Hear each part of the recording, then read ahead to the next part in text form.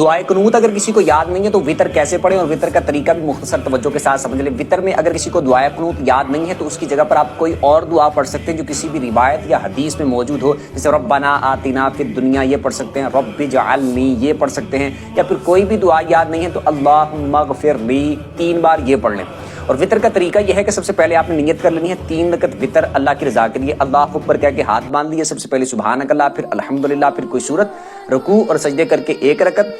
दूसरी रकत में आपने खड़े होना है तो अल्हम्दुलिल्लाह, फिर उसके बाद कोई सूरत, रुकू और सजदे करके अत्तहियात पे बैठ जाना। सिर्फ अत्तहियात पढ़नी है, आगे दुरूद और दुआ नहीं पढ़नी।